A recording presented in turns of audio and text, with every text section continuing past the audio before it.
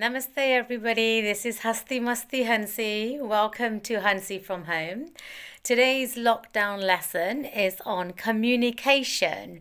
So, just because we can't visit everybody, or more of the reason, the fact that we can't visit people in their own homes is makes it even more important then to remain in contact with people, our loved ones, our friends, people that you may not normally contact, people that you might think may be sitting at home on their own and probably just wishing really that somebody would give them a call, send them a WhatsApp message, do a video call. I mean, there's so many ways of communicating. And if you think back in the olden times, phoning people was really actually something really looking that we would look forward to.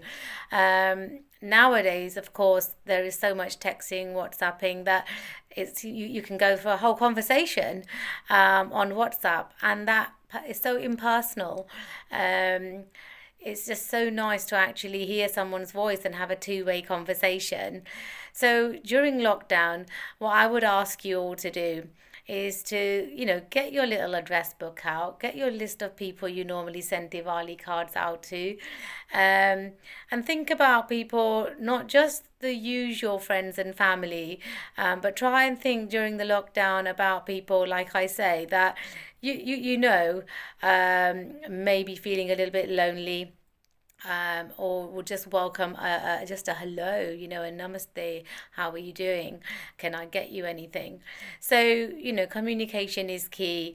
And often, if we're really busy, if you've got a lot of things happening around us and a lot of family, and we're trying to find time, we don't think that someone else might really appreciate just even a WhatsApp message, and it will uplift their day so much that you would not realize. So even if it's the tiniest thing, which is just a message, a WhatsApp message, that's good enough. But if you can spare the time, then give them a call, and even more, show them the smiley face and do a video call. And technology is so advanced, of course, there's so many other ways of talking to people, which you don't need me to list on my talk. But the key message during lockdown is to stay in communication. And remember, of course, it's not just electronically. There is the postman. I used to remember feeling so very excited when you receive something through the post, particularly on occasions, whether it's your birthday or you're expecting something to come through the post. And I know people order, do a lot of their shopping now through the post, and there is a real feel good factor when something actually arrives, particularly if you don't know what it is and someone sent you a card, even with a personal message on there. Remembering that card with the personal message will then be with them. They will put it on their shelf, on their mantelpiece, and remember the communication that you sent them for far, far longer than a WhatsApp message. So today's lockdown message is communication by all sorts of different methods. And remember, go back to the old ways and perhaps send somebody something and let something pop through the letterbox that they didn't know it was going to be there. Communication makes people feel good, makes them feel remembered, makes them feel not alone.